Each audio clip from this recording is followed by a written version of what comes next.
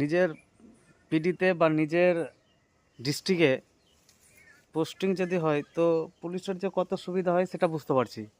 কারণ আমার তো বাড়ি মুর্শিদাবাদ, জঙ্গিপুর পিডি। তো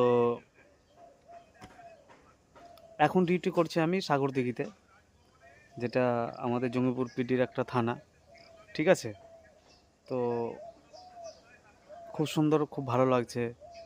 ঠিক আছে, কারণ বাড়ি থেকে কাছে, আর মনে হচ্ছে না যে আমি পুলিশে চাকরি করছি।